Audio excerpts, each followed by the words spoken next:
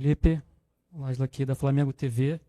Queria saber, depois desses 180 minutos contra o Atlético Mineiro, né, o que fica de aprendizado depois desses dois jogos, placares distintos, o que você tira de aprendizado em relação à parte tática, mental também, visando essa sequência?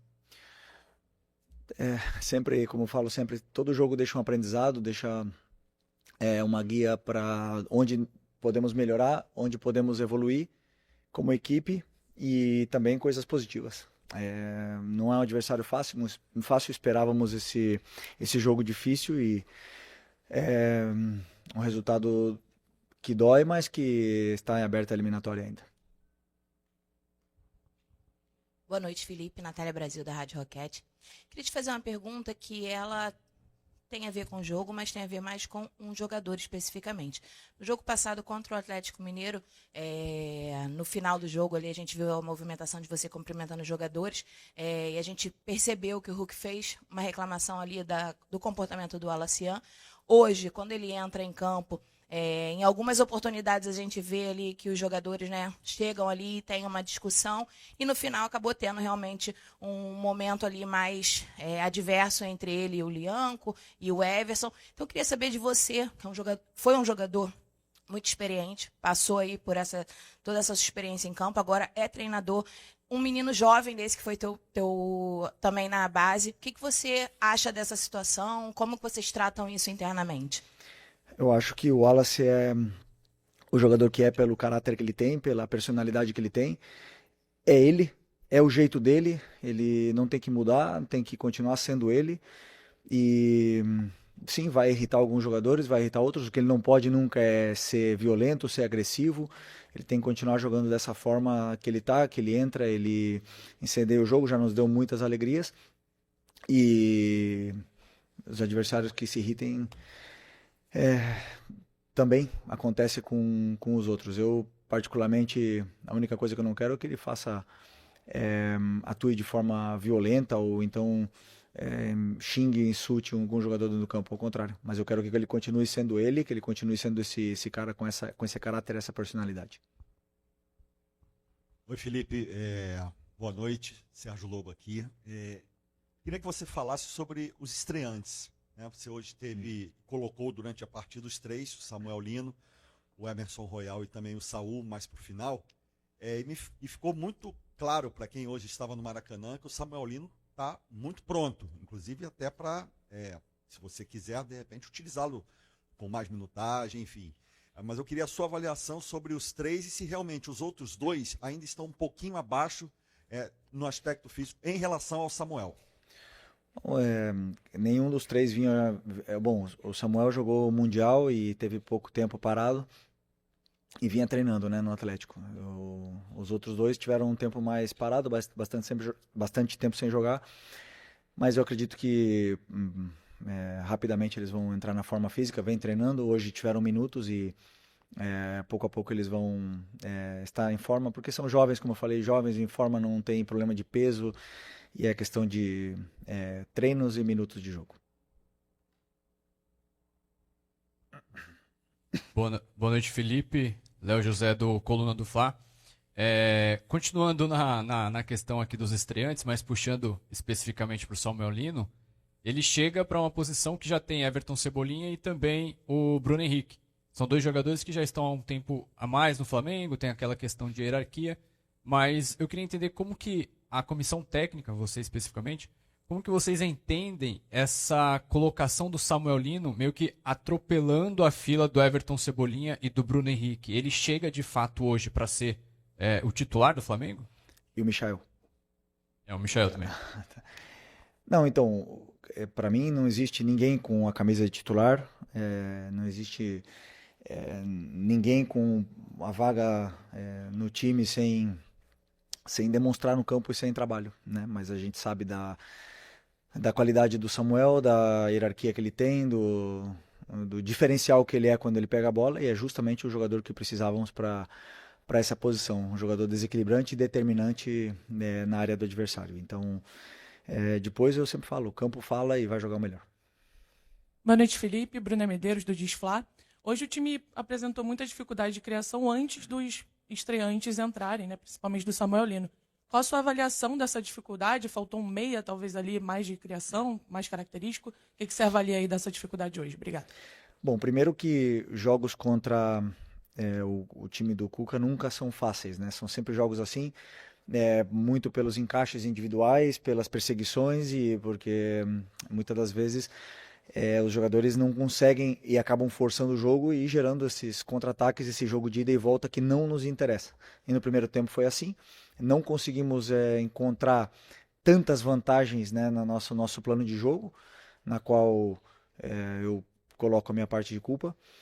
Mas mesmo assim, criamos chance de gol no primeiro tempo. Tivemos um lançamento aí do Léo pro Pedro, que ele quase domina. Tivemos chute do Plata, algumas entradas na área com o Luiz Araújo, chute do Everton Araújo também na trave. Tivemos algumas possibilidades de gol. Talvez eu me atrevo a dizer até mais que no jogo anterior, por mais que o jogo tenha sido pior, né? Porque para mim hoje o jogo foi muito ruim, não, mas foi pior do que normal na fase defensiva nossa, né? Então isso sim que nós temos que corrigir e melhorar para o jogo de volta. Como eu falei, tá tudo em aberto, mas no segundo tempo já melhoramos bastante, conseguimos criar essas chances, desmontar um pouco mais essa defesa deles para poder chegar na área do adversário. Felipe, tudo bem? Boa noite. Gabriel Orfa, canal Paparazzo Rubro Negro e Revista Placar. Felipe, desde o começo do ano muito se falou sobre uma possível prioridade ao Campeonato Brasileiro, né? Depois da derrota para o Central Córdoba, você falou que isso não é verdade.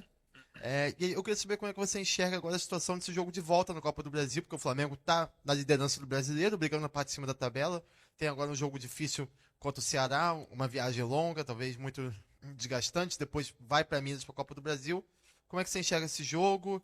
Se você pretende ir com força máxima tanto contra o Ceará quanto contra o Galo. E também, se você puder falar, aproveitando também, sobre os reforços nessa janela. Você já teve 4 e você teve um retorno também do Vitor Hugo. Quero saber se você pretende utilizar o Vitor Hugo em algum momento. Obrigado. Só antes dele responder, eu queria pedir que a gente fizesse uma pergunta. Nós temos minutos. Eu já até esqueci a primeira. A primeira é do... Ah, ok. Não, é bom, como a gente já falou, Brasileiro e Libertadores sim que são prioridades, mas eu entrei hoje para ganhar. Com o time que entrou no campo, foi um time montado para vencer. Da mesma forma que o jogo do Ceará, vou preparado para vencer, com as peças que eu acredito que são as melhores para poder vencer o jogo. E depois na volta, claro que vamos para tentar reverter, como eu bem falei antes numa pergunta de um companheiro teu, e para mim, na minha opinião, está totalmente aberta.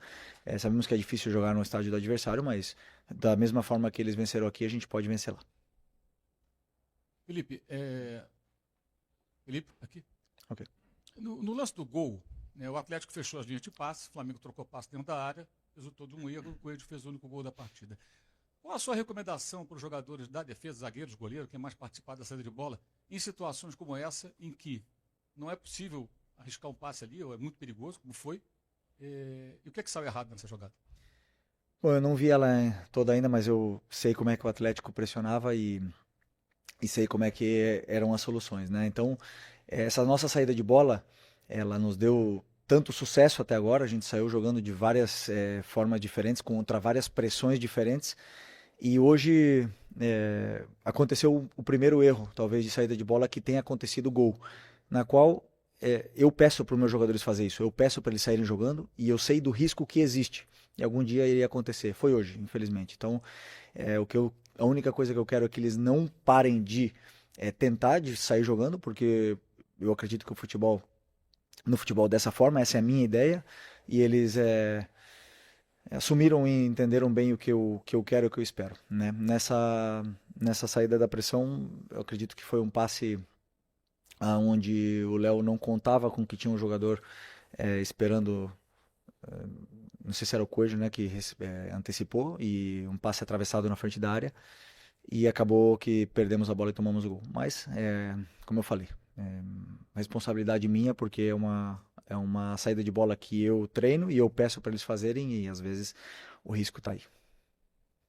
Felipe aqui, Thiago Lima do GE, boa noite. Felipe, eu queria te perguntar em relação ao Luiz Araújo, que a gente viu hoje é um jogador que não foi bem na minha avaliação, e ele estava na esquerda, você encaixou o Matheus Gonçalves na direita, né, para ele poder jogar ali, e você puxou o Luiz para a esquerda. A gente já viu você fazer isso outras vezes. Eu queria saber como é que você enxerga o Luiz Araújo na esquerda. Você acha que ele consegue render ali o que ele rende na direita? Obrigado. Não, acredito que o melhor lugar dele seja, né, na direita, né? Mas hoje eu queria deixar o Matheus Gonçalves ali pelo drible que ele tem. Ele é um jogador de 1 contra 1, com esses encaixes, essas marcações individual, ele é capaz de tirar o jogador de cima. E sempre pensando em que o Luiz Araújo é letal e um finalizador nato para quando a bola chegasse dentro da área para ele pudesse fazer os gols, do mesmo jeito que ele jogou outros jogos e fez gols e deu assistências do lado esquerdo, né? Sei que o jogo em si dele não é beneficiado com ele jogando na esquerda, mas a fase de finalização dele ali, eu acredito que sim. Mas como um jogador que se sacrifica pela equipe, fez com toda a naturalidade, tentou. Como você falou, não foi um bom jogo, nem dele, nem da equipe. Mas isso é normal e com certeza eu penso nele mais no lado direito. Felipe, aqui à sua direita, Gustavo. Jogadores que acabaram sendo poupados hoje, foram poupados pelos números da fisiologia, da preparação física, ou foram em virtude de ser a Copa do Brasil?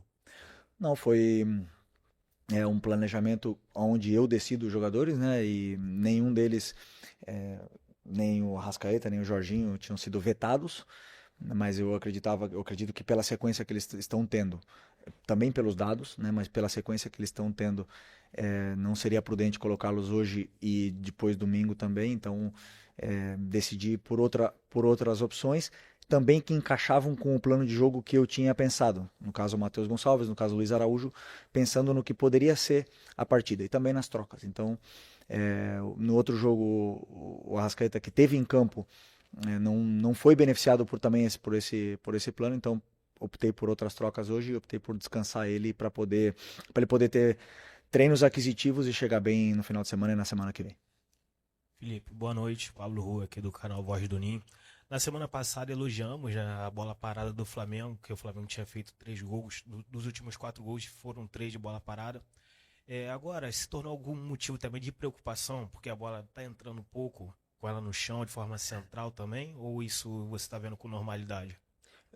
Qual é a preocupação? Desculpa, não... Se você tem alguma certa preocupação, porque a bola também não está entrando com ela jogada no chão, né? Só bola aérea praticamente. Não entrou. Hoje tivemos muita chance de gol, na minha opinião. Na minha opinião, não. Na verdade, tivemos chances de gol muito mais do que no último jogo. Tivemos bolas na trave, tivemos a chance do Lino, tivemos chances de fazer gol, tivemos gol impedido. A criação, ela muito é bloqueada pela qualidade defensiva do adversário. E como eu falei para vocês podem olhar nas estatísticas aí quantas vezes os times do Cuca são goleados, né? É difícil de entrar na defesa dele porque é um time que defende bem, porque o modelo de jogo passa muito por essa fase defensiva. Então são times que te geram dificuldades na criação. Vão existir outros jogos que não vão ser assim, vão ter jogos que sim. Então eu acredito que o time eles estão com as soluções e depois, claro, vão ter dias que vão estar menos finos, como o caso de hoje. Aqui, Felipe, boa noite. Felipe, o gol do Atlético, ele sai numa jogada que eu acredito que seja uma das que você mais ensaia, pelo menos nos treinos que a gente teve acesso. A gente sempre via ali essa jogada de saída, tocando por baixo e tal, e acabou saindo o gol do Atlético hoje nessa situação. O Flamengo perdeu o jogo e vai para Minas Gerais com uma situação delicada, porque agora o Atlético tem pelo menos a vantagem do empate.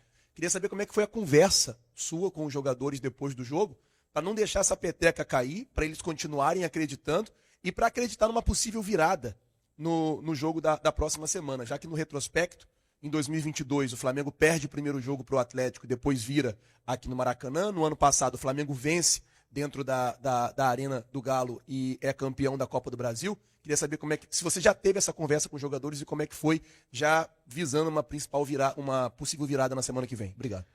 Não, depois do jogo, claro, com a cabeça quente ali, não tem conversa, mas é muito claro, faz parte do futebol a derrota, né? Não foi a primeira do ano, né? E não sei, mas provavelmente não vai ser a última.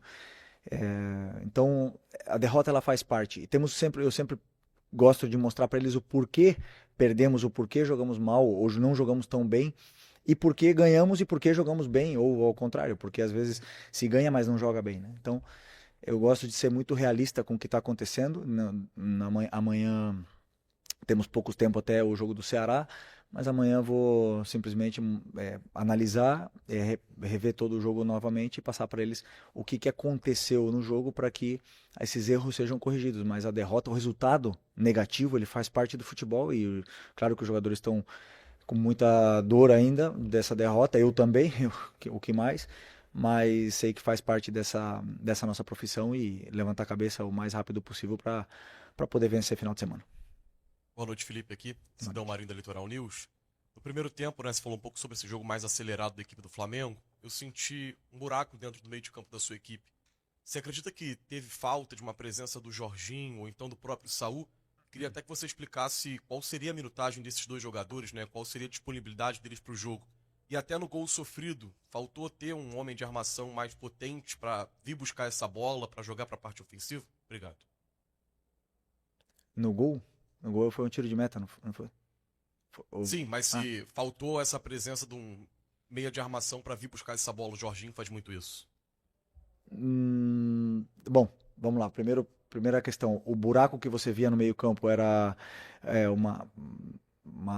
fazia parte do nosso plano de jogo. Os dois volantes estavam posicionados, mesmo se o Jorginho estivesse no campo, estaria posicionado no mesmo lugar dos outros jogadores, tanto do Alan como do Everton Araújo. E esse buraco existia para gerar esse espaço para a gente depois buscar essa bola, né? Então fazia parte do nosso plano de jogo. E por vezes saiu certo, a bola entrou por dentro, porque é um time que permite jogar por dentro. Ele bloqueia essa marcação individual, bloqueia teus jogadores e depende muito da qualidade individual, de ele tirar o jogador de cima, de vencer duelos e evitar passes verticais. E hoje tivemos muitas vezes esses passes verticais que nos geraram esses contra-ataques e esse ida e volta.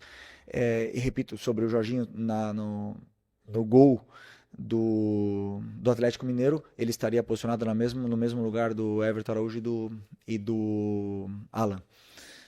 O gol foi um erro de passe, onde o Léo Ortiz estava, acho que, livre. Mas acontece, como eu falei, acontece. Cada jogo a gente prepara um tiro de meta, um plano de jogo em função do plano de jogo que a gente tenha. E às vezes são diferentes, às vezes tem um meio armador, às vezes não. Vocês podem analisar também. Mas hoje, infelizmente, aconteceu esse gol, na qual não tem problema nenhum para mim. Porque, como eu falei, o risco ele existe, ele sempre vai existir. E hoje aconteceu e o importante é que a gente possa corrigir e não exista mais. Felipe, boa noite, aqui à sua direita. Maurício Luz do Lance. Você falou em mexer no time por conta de desgastes, da sequência, etc. Mas dois jogadores que têm maior minutagem no ano são Léo Ortiz e Léo Pereira. O Danilo, obviamente, lidando com problemas de lesão durante a temporada e enfim, também foi ausência hoje. Eu queria perguntar de você por que o Léo Ortiz e o Léo Pereira, por exemplo, têm essa sequência tão grande, principalmente nas ausências do Danilo e o Cleiton, o João Vitor, enfim, outras opções não têm tantas oportunidades quanto jogadores, por exemplo, o Everton Araújo, que também saiu da base, mas vem tendo oportunidades no time quando o Jorginho ou outros jogadores precisam descansar. Obrigado. Porque eu acredito que, primeiro, a zaga é um lugar delicado. Não gosto de mexer na última linha, não gosto de fazer trocas da última linha, como hoje eu fiz, né? Tanto Vinha como Varela. Não gosto de fazer trocas ali. Tento mexer o menos possível. E hoje, pensando nesse desgaste desses dois jogadores que você citou, existe também o adversário, né? Um adversário que nos gera muitas dificuldades, muitos problemas na nossa última linha. E achei que não seria justo com os dois meninos jogar esse jogo. Por mais que, claro, todo mundo pensa, né, que todos podem jogar porque são da base, mas eu acredito que sempre na zaga é uma situação mais delicada pela importância e a dificuldade que o jogo hoje com Hulk, Rony e Coelho iria gerar na nossa última linha. Então, por isso optei por continuar com eles, são fortes, são jovens e estão bem, mas se precisar contra o Ceará ou até mesmo na volta, eu sei que tem o João e o Cleiton. Aqui. Boa noite, Felipe, tudo bem? Isabelle Costa, canal Coach. Acho que foi uma surpresa, assim, tanto quanto inesperada, o relacionados com o Samuel Lino, o Royal e também o Saul, né? Até porque eles estavam em período de pré-temporada, o Saul mesmo, a gente tinha até falado sobre. Como é que você vê a preparação deles? Porque a gente já viu em campo o Samuel Lino, inclusive, indo muito bem, fez aquele gol que estava impedido, mas se movimentando muito bem. Como você vê a preparação e entrosamento deles também, né? Porque foram pouquíssimos treinos. E sobre o Everton Cebolinha, o que está pegando com o Everton? Obrigada. Bom, o Cebolinha tá com uma tendinite, mas isso é assunto do médico, né? Mas eu sei que ele tá com uma simples moléstia aí na parte do tendão e em breve voltará, que precisamos dele também. E sobre os reforços, eles já tiveram conteúdo, já tiveram os vídeos necessários para entender como a gente joga. É da mesma forma que eles jogavam nos clubes deles. Então não tem nenhuma novidade para eles e eu vi eles treinarem. A gente recebeu também os dados físicos deles e achamos que não teria risco colocá-los nesse jogo. Então, com tantos desfalques que temos, eu optei por trazê-los nessa relação. E a partir daí agora somar, como eu falei, treinos, minutos e minutos de jogos, minutos de treinos para que possam entrar nessa dinâmica da equipe o antes possível, que com certeza vão ser muito importantes para nós. Ok? Boa noite, pessoal. Valeu.